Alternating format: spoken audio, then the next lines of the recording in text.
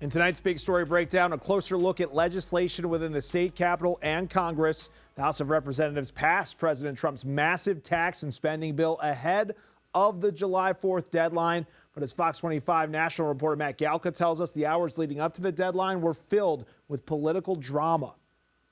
The motion is adopted. The one big beautiful bill in Congress ended up meeting the July 4th deadline. But leading up to it, House Republicans worked all night to try and flip members of their own party who had concerns about the tax and spending plan. 5 GOP holdouts had opposed advancing the bill to a final vote, with concerns centering around spending and how much the bill adds to the national debt. The president piled on via Truth Social, writing in part just after midnight, "What are the Republicans waiting for?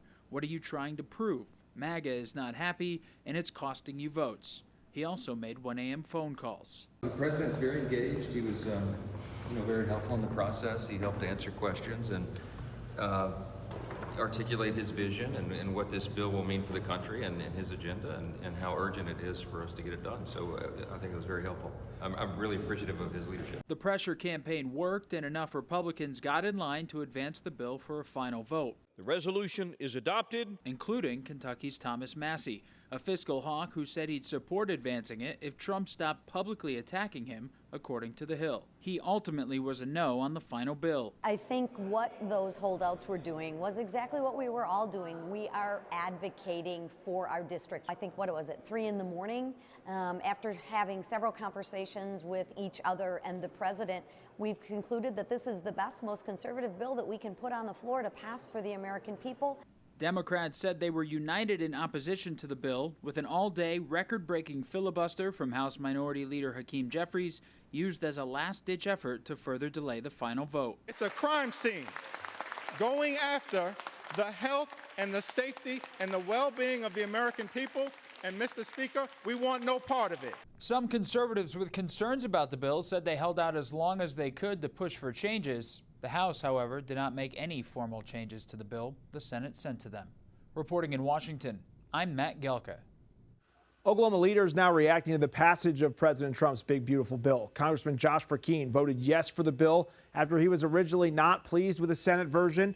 Posted a statement on X this afternoon saying the House Freedom Caucus fought to make this bill better at every stage and we succeeded, adding they have secured transformational wins for fiscal responsibility, border security, welfare reform, and tax relief. Representative Stephanie Bice also showing her support for the bill, as well as a video discussing the bill, saying it's a culmination of hard work between House Speaker Mike Johnson and the House of Republicans.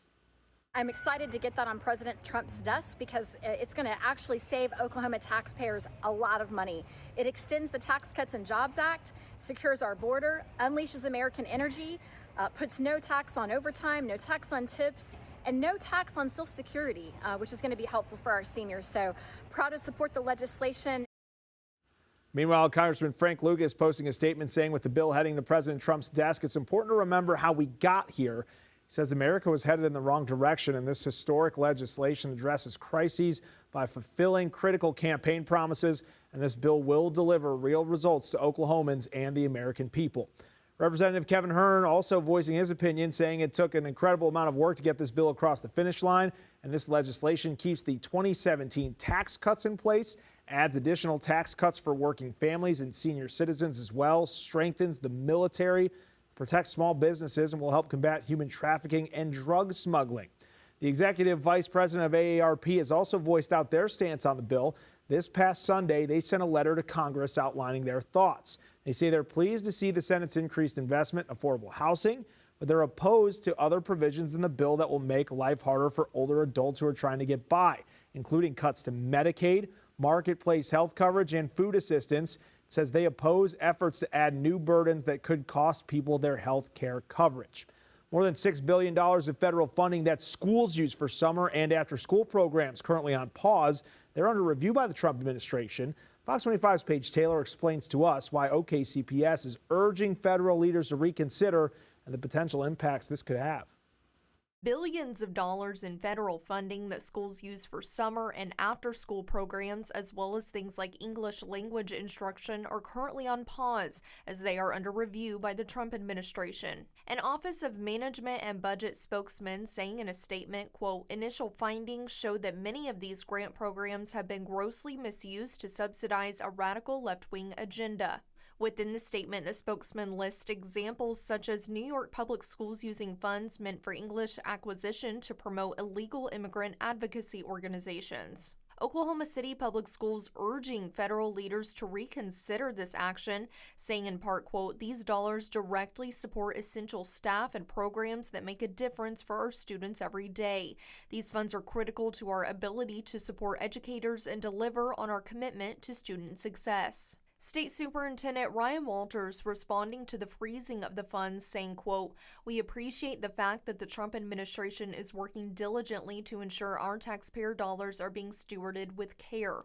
OSDE is working in lockstep with the Trump administration to assist with our mutually aligned education priorities. OSDE recommends that districts budget using only allocations that USDE has awarded for state fiscal year 2026, end quote. Paige Taylor, Fox 25 News. Concerns lawmakers had with President Trump's big, beautiful bill was its potential impact towards SNAP benefits. Oklahoma lawmakers are looking at ways to reform the program. Lawmakers holding 2 interim studies this summer to review and reform benefits. One study will consider federal mandates and state options to improve SNAP, while another study will look at ways to address the nutritional value and choices available on the SNAP program in Oklahoma. Lawmakers will take another crack at sports betting. The interim study titled "Sports Betting, Why the Heck Don't We Have It?" Senate members will look at the idea of sports betting in Oklahoma with all partners. You may remember we saw 2 pieces of legislation centered around sports betting this past session. The state Senate approved a measure aiming to allow the Oklahoma City Thunder to license sports betting on non-tribal land.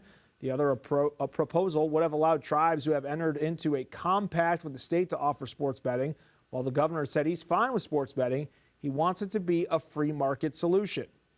This isn't complicated. You simply create the program that other states do, and you can roll that out. That was the plan that I put forward, and unfortunately, those aren't the 2 bills that are moving across the Senate. These are tribal push bills that are only going to benefit the tribes and not the citizens of Oklahoma.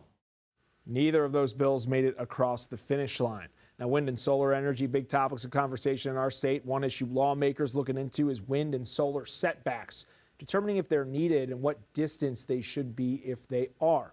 We saw a bill earlier this year looking to implement how far away a wind turbine should be from someone's home and property. House and Senate members were at odds on the answer back in April. The language in Senate Bill 2 would have required them to be at least a quarter mile away, while the House version opted for a half a mile away. After a number of amendments, the bill eventually died in the chamber, but now this study will allow lawmakers to take another look at the issue. A group of state senators will be looking into red cedar control, an issue we saw legislation on during this past session. The Terry Peach Water Restoration Act would have created a statewide program to remove eastern red cedar trees. It's an invasive species that can ignite wildfires and are tough to put out when they do catch fire.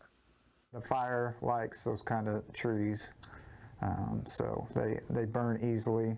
And any day like today where the wind's really high, they just take off and burn quick. This has grown over a 30-year period, and it's going to take us a whole lot of money and several years to even get a handle on it. Now, the bill never made it to the governor's desk. However, with the study, lawmakers will be taking a closer look at the cost of using goats as a tool to remove the trees compared to what it costs to do controlled burns or mechanical removal. Among the interim studies centered around education, there is one that is looking at whether homeschool students should be removed from private school funding. Senate members taking a look at viewpoints from both sides, those who believe those students should be kept in the equation and those who want them removed from it. Now, in a separate study, lawmakers will be digging into the state's school choice programs. They'll evaluate the effectiveness, fiscal impact, and implementation of these initiatives, including voucher programs. This will allow them to assess whether current policies are meeting their intended goals and ensure that school choice options are transparent, accountable, and delivering value.